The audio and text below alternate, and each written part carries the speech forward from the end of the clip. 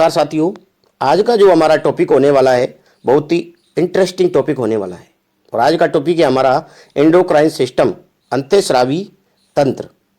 और अंतःस्रावी तंत्र से कंपटीशन के अंदर बहुत सारे क्वेश्चन पूछ ही लिए जाते हैं।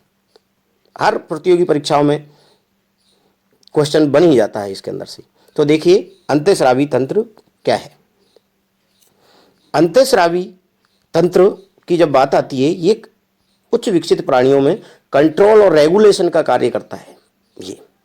ये सभी जो कार्य होते हैं उनको सामंजस्य के साथ करता है और उन पर कंट्रोल भी करता है। तो कंट्रोल और समन्वय का कार्य जो होता है तंत्रिका तंत्र और अंतःस्रावी तंत्र के द्वारा किया जाता है। और इस पार्ट में हम पढ़ने वाले हैं अंतःस्रावी तंत्र, और जिसका निर्माण होता है ग्रंथियों से। तो ग्रंथियां 3 प्रकार की होती हैं। पहला है बहिस्रावी ग्रंथि, और बहिस्रावी ग्रंथि के अंदर इससे जो रासायनिक पदार्थ निकलता है उसको कहते हैं एंजाइम। और इसके अंदर आती हैं श्वेत ग्रंथियां, अश्रु ग्रंथियां और यकृत। श्वेत ग्रंथियां जिससे पसीना निकलता है, अश्रु ग्रंथियां आप जानती हो, अश्रु निकलते हैं। दूसरा है अंतःस्रावी ग्रंथि, इनसे जो स्राव निकलता है उसे हार्मोन कहते हैं, और ये अपने स्राव को सीधे रुधिर में डालती हैं। ये नलिका रहित होती हैं, किसी प्रकार की नलिका नहीं होती। और इसके अंदर आता है पीयूष, थायराइड, एड्रिनल वृषण, इसी को आज हम पढ़ने वाले हैं। फिर आता है मिश्रित ग्रंथि। मिश्रित ग्रंथि के अंदर आता है अग्नाशय। और बहुत प्रश्न पूछे जाते हैं, अंतःस्रावी और बहिस्रावी ग्रंथि ऐसी कौन सी है जो दोनों के अंदर आती है? वह है अग्नाशय ग्रंथि। इससे ये होती तो बहिस्रावी है, लेकिन इनसे जो स्राव निकलता है वो उसे हार्मोन्स कहते हैं, इसलिए मिश्रित और अंतःस्रावी का कार्य कर देती है। अग्नाशय आप बहुत जानते हो, आगे भी आएगा अग्नाशय का क्या कार्य। तो अब देखते हैं ग्रंथियों के 3 प्रकार हुए, बहिस्रावी, अंतःस्रावी और मिश्रित ग्रंथि। अब इस चैप्टर के अंदर अंतःस्रावी पढ़ेंगे, और इससे निकलने वाले स्राव हार्मोन, शब्द का अर्थ होता है उत्प्रेरित करने वाला। और इसके कार्य हैं, ये विसरणशील होते हैं, विसरण की क्रिया द्वारा पहुंच जाते हैं, और इनकी अल्प मात्रा ही पर्याप्त होती है कार्य करने के लिए। जल में घुलनशील होते हैं, क्रिया के समय विघटित या नष्ट हो जाते हैं, इसलिए इनका स्राव निरंतर होना रहना चाहिए। अधिकांश हार्मोन उपापचय क्रियाओं में सीधे भाग नहीं लेकर इनकी क्रियाशीलता को प्रभावित करते हैं। ये हार्मोन्स के कार्य हुए। सबसे पहले देखते हैं पीयूष ग्रंथि। तो पीयूष ग्रंथि मस्तिष्क के अंदर होती है, और पीयूष ग्रंथि के 3 पार्ट होते हैं पीयूष ग्रंथि के। तो और ये पीयूष ग्रंथि है जो, ये ग्रंथि अगर मस्तिष्क के अंदर पाई जाती है, सेरिब्रम वाले भाग में, स्फेनोइड हड्डी में रहती है, और सेला टर्सिका नामक खांच के अंदर होती है। अभी आपको बताता हूँ डायग्राम के अंदर। और यह मस्तिष्क से इनफंडिबुलम नामक एक छोटे ग्रंथ से जुड़ी होती है। पीयूष ग्रंथि की उत्पत्ति हाइपोथैलेमस से होती है, और इसका आकार मटर के दाने के बराबर होता है। और इसकी वजन की बात करें तो इसका जो वजन होता है 0.5 से 0.6 ग्राम होता है। और हाँ दोस्तों, ये ग्रंथि स्त्रियों में पुरुषों की अपेक्षा बड़ी होती है, गर्भावस्था के समय और बड़ी हो जाती है। जो आपको बात कर रहा था, ये स्फेनोइड हड्डी है, ये स्फेनोइड हड्डी है, अस्थि बोलते हैं। और ये टेलस का खांच है, और ये जो इनफंडिबुलम जो आपको बता रहा था ग्रंथ है, उससे जुड़ा हुआ है ये पीयूष ग्रंथि। तो ध्यान रखना है पीयूष ग्रंथि। और इस पीयूष ग्रंथि के 3 पार्ट हैं। देखिए, इस अग्रपिंड, मध्यपिंड और पश्च मस्तिष्क, इससे निकलने वाले बहुत सारे हार्मोन है। देखो, इन पिंडों से, तीनों भागों से अलग अलग ACTH, ये एड्रिनोकोर्टी हार्मोन जो एड्रिनल ग्रंथि के कार्यों को नियंत्रित करता है। MSH, ये त्वचा रंग के लिए उत्तरदायी है, उसको मध्यपिंड से निकलता है। ये GH ग्रोथ हार्मोन बोलते हैं, इसके अधिक स्राव से लंबा हो जाता है व्यक्ति, कम स्राव से बौना। TSH, ये थायराइड ग्रंथि के कार्यों को नियंत्रित गोनेडोट्रोपिक है, ये जनत ग्रंथियों कार्यों को नियंत्रित करता है। ADH एंटी डायूरेटिक किडनी, और ये प्रोलैक्टिन, ऑक्सीटोसिन दुग्ध श्रवण के लिए। तो मैं आपको बता रहा था पीयूष ग्रंथि के 3 पार्ट हैं। अग्रपिंड को एडिनो हाइपोफाइसिस कहा जाता है, मध्यपिंड को मध्यपिंड है जिससे ये MSH हार्मोन निकलता है, पश्च पिंड है न्यूरोहाइपोफाइसिस। अब इनमें देखते हैं कि किस पिंड से कौन से हार्मोन निकलते हैं, इसका किसको कंट्रोल करता है। अग्रपिंड एडिनो हाइपो, जो आपको बता रहा था GH ग्रोथ हार्मोन या सोमेटोट्रोपिक हार्मोन कह देते हैं। इसके अगर इसका श्रावण कम हो तो व्यक्ति बौना रह जाता है, और अधिक श्रावण हो तो व्यक्ति लंबा हो जाता है, जो आपको बता रहा है। और एक और रोग हो जाता है साइमंड रोग। इसमें ऊतक बहुत तेजी से नष्ट होने लगते हैं, जिससे व्यक्ति समय से पहले बूढ़ा दिखने लगता है। अगला है TSH, थायराइड स्टिमुलेशन हार्मोन। ये थायराइड ग्रंथि की वृद्धि और थायरोक्सिन हार्मोन के स्रवण को प्रभावित करता है, जो पीयूष ग्रंथि के अग्रभाग से निकलना वाला हार्मोन है। और ACTH, एड्रीनोकोर्टिकोट्रोपिक हार्मोन है। यह एड्रिनल ग्रंथि को प्रभावित व इनसे निकलने वाले हार्मोन को प्रेरित करता है। फिर है गोनेडोट्रोपिक हार्मोन, जनन ग्रंथियों से निकलने वाले FSH, LH के कार्यों को प्रभावित करता है। ये अग्रपिंड से निकलने वाले हार्मोन हुए। अब आता है अपना मध्य पिंड से निकलने वाला हार्मोन है। इससे एक ही हार्मोन निकलता है, MSH, मेलेनोसाइटोसिस हार्मोन। और ये त्वचा के रंग के लिए उत्तरदायी है। जो आपने मेलेनिन वर्णक निकलता है, जो जिसके कारण त्वचा पर चकत्ते, दाग, धब्बे। देखिए, पीयूष ग्रंथि का मध्य भाग अत्यंत छोटा तथा स्तनधारियों में अल्प विकसित होता है और मनुष्य में एक पतली झिल्ली में होता है। पीयूष ग्रंथि के मध्य भाग से केवल एक हार्मोन निकलता है, मेलेनोसाइट प्रेरक हार्मोन। और जंतुओं में यह हार्मोन मेलेनिन वर्णक के कारण त्वचा के रंग को प्रभावित करता है और पक्षियों में भी इसी के कारण त्वचा रंगनी हो जाती है। और स्तनधारियों की बात करें तो इसमें त्वचा मेलेनिन वर्णक के कारण चकत्ते, धब्बे बन जाते हैं त्वचा पर। अब पश्च पिंड से निकलने वाले हार्मोन कौन कौन से हैं देखिए। पश्च पिंड से निकलने वाले हार्मोन है ADH, एंटी डायूरेटिक हार्मोन, जिसको वैसोप्रेसिन भी कहा जाता है। उत्सर्जन तंत्र में आपने पढ़ा होगा, जो मूत्र की मात्रा का नियमन करता है, ये एंटी डायूरेटिक हार्मोन ही है। ये मूत्रवाहिनी और संग्रह नलिकाओं में जल के पुनः अवशोषण को बढ़ाता है, जल को अवशोषित करते हैं। अगर इस हार्मोन कमी आ जाएगी, जल अवशोषित नहीं होगा, व्यक्ति बार बार मूत्र का उत्सर्जन करेगा, जिसके कारण डायबिटीज इंसिपिड्स, जिसे डायबिटीज इंसिपिड बहुमूत्रलता कह देते हैं, व्यक्ति बार बार मूत्र करने के लिए जाता है। तो ये पश्च भाग से, पीयूष ग्रंथि के पश्च भाग से निकलता है। दूसरा है ऑक्सीटोसिन, ये दुग्ध श्रवण में सहायक होता है, ये भी पश्च भाग से निकलता है। फिर है ऑक्सीटोसिन, जो और क्या करता है, ये गर्भावस्था के समय गर्भाशय की पेशियों में संकुचन पैदा करना, जिससे प्रसव पीड़ा उत्पन्न होता है और बच्चे के जन्म में सहायता मिलती है। जैसे बच्चे का जब परिपक्वन काल परिपक्व होता है तो दर्द होने लगता है, उसके लिए प्रसव पीड़ा उत्पन्न होती है, बच्चे का जन्म होने को होता है जब। तो ये पश्च पिंड से निकलने वाले हार्मोन। अब देखते हैं दूसरी ग्रंथि आती है पीनियल ग्रंथि, जिसको जैविक घड़ी के नाम से जाना जाता है। पीनियल ग्रंथि को, इसके द्वारा मेलेटोनिन हार्मोन निकलता है, जो आपको बता रहा था। ये MSH के विपरीत कार्य करता है और इसकी कमी से बच्चे शीघ्र युवा हो जाते हैं। और इसको स्लीपिंग हार्मोन भी बोलते हैं इसको। और ये क्या करता है, पीनियल ग्रंथि प्रकाश संवेदी है, इसे शरीर की तीसरी आंख कहा जाता है। जन्म से जो अंधे व्यक्ति होती है उनमें बहुत सक्रिय होती है, सूंघने, सुनने, स्पर्श की क्रिया बहुत अधिक होती है, वो हाथ से ही बता देते हैं कि ये क्या है। फिर है थायराइड ग्रंथि, जो ये गले में पाई जाती है। थायराइड ग्रंथि कहाँ पाई जाती है, गले में। और इससे थायरोक्सिन हार्मोन निकलता है। और ये सबसे बड़ी, एक और क्वेश्चन बनता है, सबसे बड़ी अंतःस्रावी ग्रंथि कौन सी है, थायराइड ग्रंथि। थायरोक्सिन हार्मोन निकलता है इस ग्रंथि से। और जो ये क्या कार्य करता है, शरीर की आधारी उपापचय क्रियाओं को नियंत्रित करता है। ये कोशिकाओं में ऑक्सीकारी मेटाबॉलिज्म में वृद्धि करता है, जिससे ऊर्जा उत्पादन बढ़ता है। और ये हृदय स्पंदन, हार्ट बीट, हृदय की धड़कन, शारीरिक विकास, BP आदि के लिए भी उत्तरदायी होता है। और अगर भोजन में हमारे आयोडीन की कमी हो जाए तो थायरोक्सिन हार्मोन का संश्लेषण नहीं होगा, जिससे ये ग्रंथि फैलकर बढ़ जाती है और गर्दन फूल जाती है। इस रोग को गलगंड या गोइटर, घेंगा रोग कहा जाता है। ये पहाड़ी लोगों में ये रोग ज़्यादा देखने को मिलता है, क्योंकि उनमें आयोडीन की कमी के कारण ऐसी समस्या क्रिएट हो जाती है। तो अब नेक्स्ट ग्रंथि देखते हैं अपन। नेक्स्ट ग्रंथि क्या होने वाली है अपनी, पैराथायराइड ग्रंथि। ये थायराइड ग्रंथि के अंदर ये दो जोड़ी 4 होती हैं संख्या में, और थायराइड ग्रंथि के अंदर ही धसी रहती हैं ये, और मक्का के दाने के आकार की होती हैं। देखो, ये 2 जोड़ी थायराइड ग्रंथि में धसी, और इस ग्रंथि से 2 हार्मोन निकलते हैं, पैराथ हार्मोन। ये क्या करता है, ये फॉस्फेट का उत्सर्जन बढ़ाता है, आंतों द्वारा कैल्शियम का अवशोषण बढ़ाता है, और अस्थियों के अनावश्यक भागों को गलाकर रक्त में कैल्शियम और फास्फोरस मुक्त करता है। अस्थि और दांतों की वृद्धि के निर्माण में भी मदद करता है। फिर है कैल्सीटोनिन, ये पैराथ हार्मोन के विपरीत कार्य करता है। और पैराथायरॉयड के अनियमित श्रवण से होने वाले रोग हैं। देखिए कौन कौन से रोग हो जाते हैं। ऑस्टियोपोरोसिस, अगर अधिक स्राव होने लगे इसका तो ऑस्टियोपोरोसिस रोग हो जाता है, जिससे हड्डियों में छिद्र हो जाते हैं इससे, और हड्डियां गलने लग जाती हैं। हाइपर कैल्सीमिया का मतलब इसमें रुधिर में कैल्शियम की मात्रा क्या हो जाती है, अधिक हो जाती है। हाइपर कैल्शियम, ऊतक द्रव्य में कैल्शियम बढ़ जाता है। और गुर्दे की पथरी के लिए।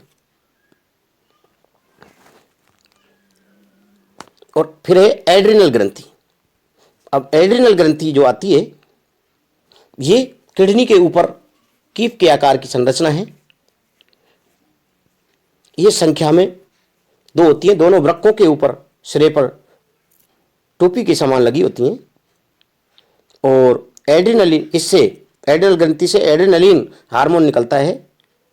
और एड्रिनलिन को संकटकालीन हार्मोन कहते हैं, जो लड़ाई झगड़े या कोई विपरीत परिस्थितियों का सामना करने के लिए तैयार करता है। 3F भी कहते हैं, फियर, फाइट, फ्लाइट।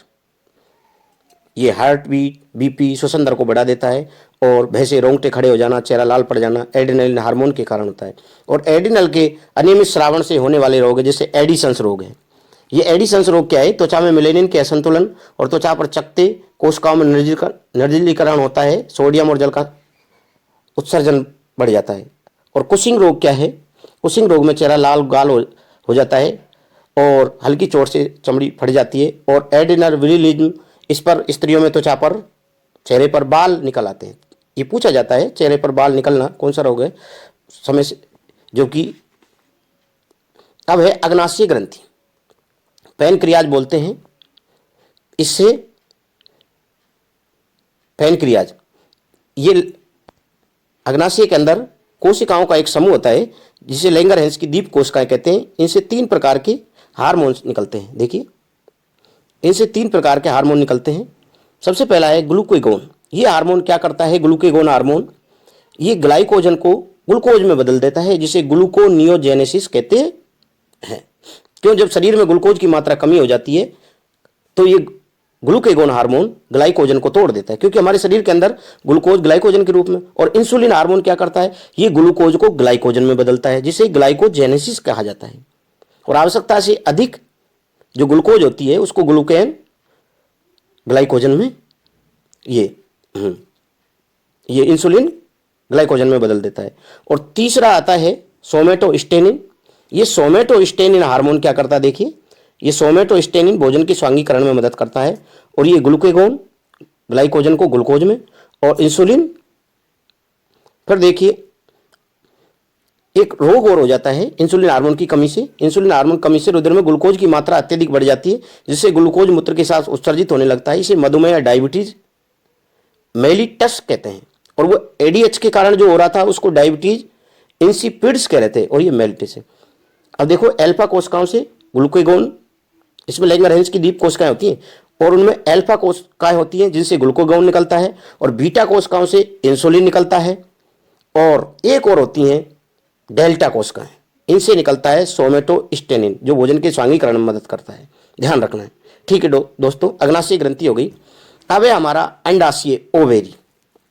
ये ग्रंथि मादाओं के अंदर ही पाई जाती है और इससे 3 प्रकार के हार्मोन निकलते हैं। एस्ट्रोजन, जो ये क्या करता है, यौवनारंभ के समय गर्भाशय, योनि, भगशिशन व स्तनों के विकास में मदद करता है, ये एस्ट्रोजन हार्मोन। और दूसरा क्या कार्य करता है, ये नितंब भाग को बड़ा कर देता है। वसा के संचय के कारण नितंब भाग बड़े हो जाते हैं, ये अंडाशय से स्रावित। फिर दूसरा गौण लैंगिक लक्षणों का निर्धारण करता है, जैसे स्त्रियों की आवाज़ सुरीली होती है, जैसे नितंबों का विकसित हो जाना, स्तन ग्रंथियों का विकसित हो जाना, ये सारे द्वितीय लैंगिक लक्षण हैं। फिर एक दूसरा हार्मोन अंडाशय से निकलने वाला प्रोजेस्टेरोन। और ये प्रोजेस्टेरोन हार्मोन क्या करता है, गर्भाशय में रुधिर परिवहन बढ़ाता है, रुधिर का सर्कुलेशन बढ़ा देता है गर्भाशय में। और क्या कार्य करता है, स्तनों को विकसित कर देता है और दुग्ध ग्रंथियां सक्रिय और बड़ी हो जाती हैं प्रोजेस्टेरोन हार्मोन के कारण। ये प्रोजेस्टेरोन हार्मोन कार्य करता है। अब देखते हैं हम, और ये निषेचन नहीं होने पर, हाँ, कार्पस लुटियम जो गर्भाशय के आंतरिक परत होती है उसको नष्ट करता है, जो योनि मार्ग से बाहर निकल जाती है टूट टूट कर, जिसको मासिक चक्र बोल देते हैं। और ये इस हार्मोन को गर्भधारण हार्मोन भी कहते हैं। गर्भधारण में मदद करता है। इस हार्मोन के असंतुलन से गर्भधारण में समस्या उत्पन्न हो जाती है, गर्भधारण में दिक्कत आती है। फिर है रिलैक्सिन हार्मोन। देखो रिलैक्सिन हार्मोन क्या करता है, ये गर्भावस्था की समाप्ति पर जब परिपक्वन काल शिशु का बच्चे कंप्लीट हो जाता है तो बच्चे के जन्म के समय ये सक्रिय हो जाता है, ये गर्भावस्था की समाप्ति पर, और ये बच्चे के जन्म में सहायक होता है, मदद करता है, पेशियों को में लचीलापन पैदा कर देता है, जिससे बच्चे के जन्म में आसानी रहती है। फिर आता है वृषण ग्रंथि, टेस्टिस ग्लैंड। ये नरजनन ग्रंथि है जो महिला और पुरुष को एक दूसरे से अलग करती है, और इससे हार्मोन निकलता है टेस्टोस्टेरोन हार्मोन। ये हार्मोन क्या करता है, वृषण कोश, शिशन, शुक्रवाहिनी, शुक्राशय के विकास को प्रेरित करता है। फिर इसका नेक्स्ट कार्य क्या होगा, देखिए गौण लैंगिक लक्षणों का निर्धारण करता है। फिर नेक्स्ट ग्रंथि आती है हमारी, जो आपको स्टार्टिंग में नहीं बताई थी। ये आपको डायग्राम दे रखा है, मनुष्य के अंदर कहाँ कहाँ पाई जाती है। थाइमस ग्रंथि, ये हृदय के पास पाई जाती है, इससे थाइमोसिन हार्मोन निकलता है हृदय के पास, और ये ग्रंथि हमारे शरीर में प्रतिरक्षा का कार्य करती है। और इसकी एक विशेषता है, ये जन्म से युवावस्था तक धीरे धीरे बढ़ती है, और वृद्धावस्था युवावस्था से वृद्धावस्था तक धीरे धीरे छोटी होती है, अंत में लुप्त हो जाती है। और ये किसका कार्य करती है, प्रतिरक्षा का कार्य करती है, ध्यान रखना ये ग्रंथि। और आपको ये डायग्राम जो दिखा रखा है, ये विगत परीक्षाओं में एंडोक्राइन सिस्टम से किस प्रकार के क्वेश्चन पूछे गए हैं। पहला क्वेश्चन है, उस ग्रंथि का नाम बताइए जो अंतःस्रावी ग्रंथियों के कार्य को नियंत्रित करती है। एसएससी 2018 में पूछा गया क्वेश्चन है। ए ऑप्शन है एड्रिनल, बी ऑप्शन है अग्नाशय, सी ऑप्शन है पीयूष ग्रंथि, और डी ऑप्शन है रीनल ग्रंथि। मास्टर ग्रंथि कहा जाता है, ऐसी कौन सी ग्रंथि है, सबसे छोटी ग्रंथि है, और जिसको वह है पीयूष ग्रंथि। तो इसका राइट आंसर पीयूष ग्रंथि। मानव शरीर में सबसे छोटी अंतःस्रावी ग्रंथि कौन सी है, अभी आपको बताया है, तो आप इसका आंसर आसानी से बता सकते हो। सबसे छोटी ग्रंथि है और सभी ग्रंथियों पर कंट्रोल रखती है। देखिए इसका राइट आंसर क्या होगा, इसका राइट आंसर होगा पीयूष ग्रंथि। सबसे छोटी ग्रंथि है और सभी पर कंट्रोल करती है ये, पीयूष ग्रंथि।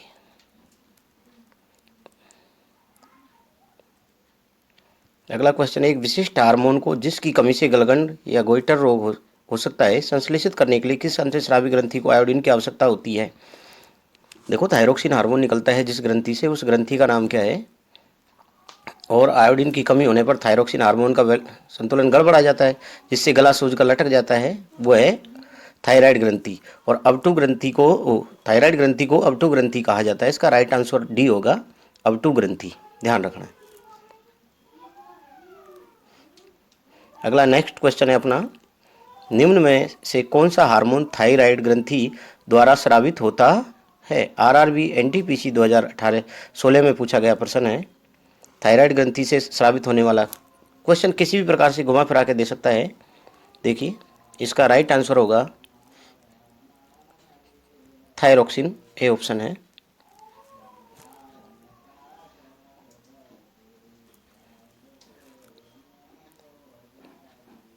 अगला नेक्स्ट क्वेश्चन अपना, निम्न में से कौन सा हार्मोन पीयूष ग्रंथि द्वारा स्रावित नहीं किया जाता, वो कौन सा है। Adrenaline, prolactin, vasopressin, somatotropic. तो इसका राइट आंसर होगा, देखिए जो एड्रिनलिन हार्मोन है वो पीयूष ग्रंथि से स्रावित नहीं होता, और बाकी के प्रोलैक्टिन, वेसोप्रेसिन, सोमेटोट्रोपिक ये पीयूष ग्रंथि द्वारा ही स्रावित होते हैं ये हार्मोन। इसका राइट आंसर होगा एड्रिनलिन हार्मोन। मनुष्य के शरीर की वह ग्रंथि जो एंजाइम और हार्मोन दोनों को स्रावित करती है वह है अग्नाशय ग्रंथि। इसका राइट आंसर होगा अग्नाशय ग्रंथि। इसको मिश्रित ग्रंथि भी कहा जाता है, इसीलिए इससे एंजाइम और हार्मोन दोनों निकलते हैं। राइट आंसर बी है इसका, अग्नाशय। अब नेक्स्ट क्वेश्चन देखते हैं,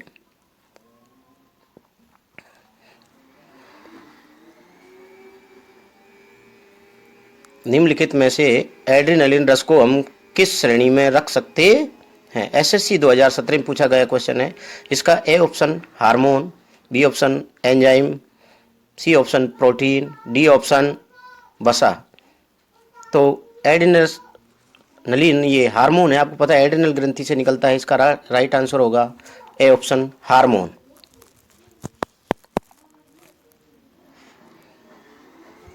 अगला नेक्स्ट क्वेश्चन है अपना, लैंगरहैंस की दीप कोशिकाएं पाई जाती हैं। आपको पता होगा इसका राइट आंसर होगा अग्नाशय। 3 प्रकार की लैंगरहैंस की दीप कोशिकाओं में अल्फा, बीटा, गामा, आपने इसमें पढ़ा है।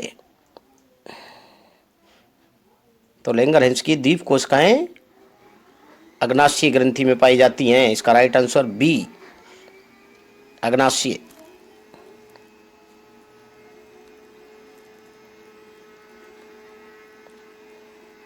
मनुष्य में निम्नलिखित में से कौन सा आपातकालीन हार्मोन है? एसएससी 2016 में पूछा गया क्वेश्चन है। A option thyroxine, B option insulin, C option epinephrine और डी ऑप्शन प्रोजेस्टेरॉन।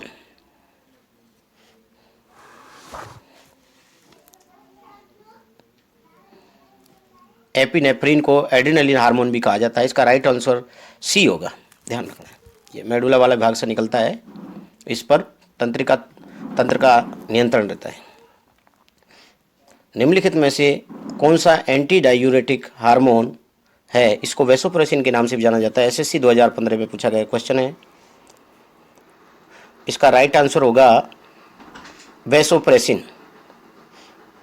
ये मूत्रवाहिनी और संघनन नलिकाओं में जल अवशोषण को बढ़ा देता है, मूत्र की मात्रा का नियमन करता है और इसी के कारण डायबिटीज इंसिपिड्स रोग होता है। इसका राइट आंसर वैसोप्रेसिन। अंतःस्रावी ग्रंथियों को इस नाम से भी जाना जाता है। आरआरबी 2018 में पूछा गया क्वेश्चन है ये। नलकावान विहीन ग्रंथियां, यकृत ग्रंथि, पीयूष ग्रंथि और डी ऑप्शन थायराइड ग्रंथि। तो आपको पता है अंतःस्रावी ग्रंथियों में नलिका नहीं होती, अपना स्राव सीधा रुधिर के अंदर डालती हैं, जिसे हार्मोन कहते हैं। तो इसका राइट आंसर ए ऑप्शन होगा नलिका विहीन ग्रंथियां।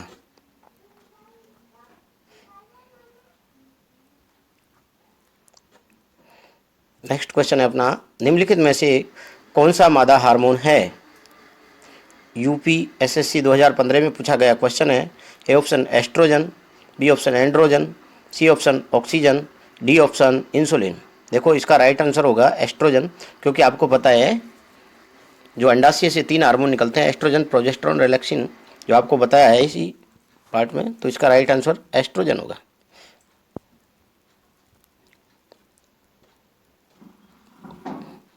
अगला है डायबिटीज मेलिटस किस हार्मोन के कम बनने से होती है? ध्यान रखना है, इसका राइट आंसर इंसुलिन हार्मोन ही होगा, क्योंकि इंसुलिन हार्मोन रुधिर में ग्लूकोज की मात्रा को नियंत्रित करता है और जब इंसुलिन हार्मोन कमी आ जाती है तो रुधिर में ग्लूकोज की मात्रा बढ़ जाती है, जो मूत्र के साथ बाहर निकलने लगता है। इसे डायबिटीज या मधुमेह रोग के नाम से जाना जाता है। इसका राइट आंसर है इंसुलिन हार्मोन। ठीक है। अगला नेक्स्ट क्वेश्चन, कौन सा हार्मोन वृषण ग्रंथि से स्रावित होता है? ये आरआरबी 2018 में पूछा गया क्वेश्चन है। ए ऑप्शन है एड्रेनलिन, बी ऑप्शन है इंसुलिन, सी ऑप्शन है टेस्टोस्टेरोन और डी ऑप्शन है थायरोक्सिन। क्योंकि वृषण टेस्टिस से स्रावित होने वाला हार्मोन है टेस्टोस्टेरोन, ऐसे याद रख लेना है, टेस्टिस और टेस्टोस्टेरोन हार्मोन है और ये नरजनन हार्मोन। धन्यवाद दोस्तों।